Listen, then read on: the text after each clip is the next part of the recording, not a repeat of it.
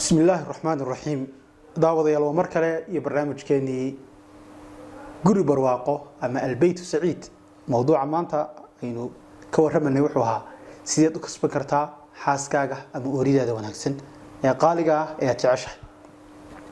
waxa xalqadii afraad ee barnaamijkaasi u lahaa bal waxaanu kaga waramanaa ilaa 5 qodob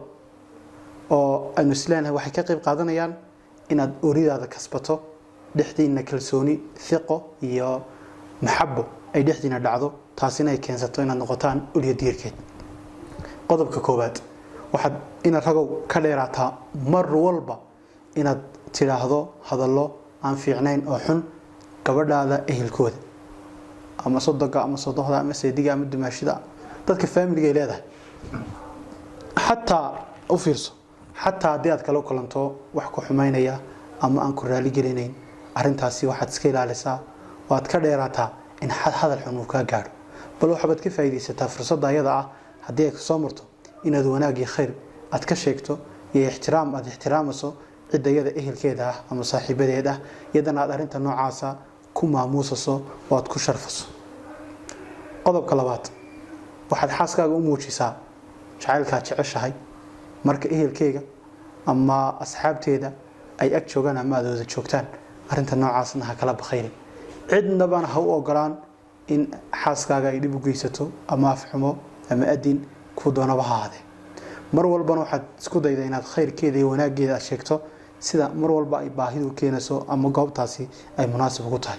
3 waxaad ka dheeraataa qodobkan rag badan baa ku dhaca waxaad ka dheeraataa markaad xaaskaaga la joogto inaad ammaanto dumar kale ama aad wanaagidooda ka sheekayso arinta noocaasi waxay keenaysaa si xisan ah oo muuqata ama si macnawiyan ah oo aan muuqanba inay xaaskaagii ay u dhaawacdo arinta noocaasina qodobkayna ka waramanay aha sideed xaaskaaga u kasban kartaa inay arin dhinaca kale u rogaso ah sideed xaaskaaga iskaga fogaan kartaa marka waa la iska ilaaliyaa qodobka noocaas mar hadii wax baahiba aanay kansanayn gaar ahaan waliba waqtiyadan ay hadda ku jirno in ragow aad uga taxadir aad iska ilaali arinta noocaas qeyradii iyo wixii ku abuurna dumarka ay kor u kacaya way weyneynaysaa ragga qaar baa laga yaabaa in eegitaan ay eegaan gabadh gayaankooda inay sababto in xaaskoodu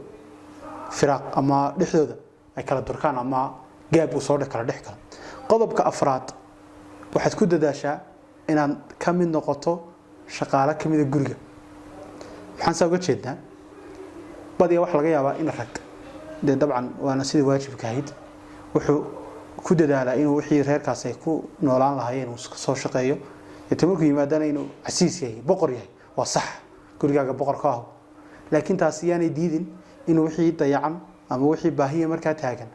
inaad iska weyneyso waa tiraahdaa anigu waxa ma qabanayo ku dadaal inaad qaybtaada ka qaadato oo aad ka mid noqoto qof ku dadaalay in baahida guriga uu daboolo oo wixii uu qaban karo ama fursad uu saamixi karto ama chance ka siin karto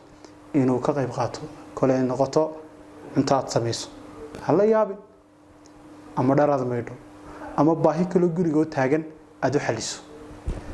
barakallahu fiikum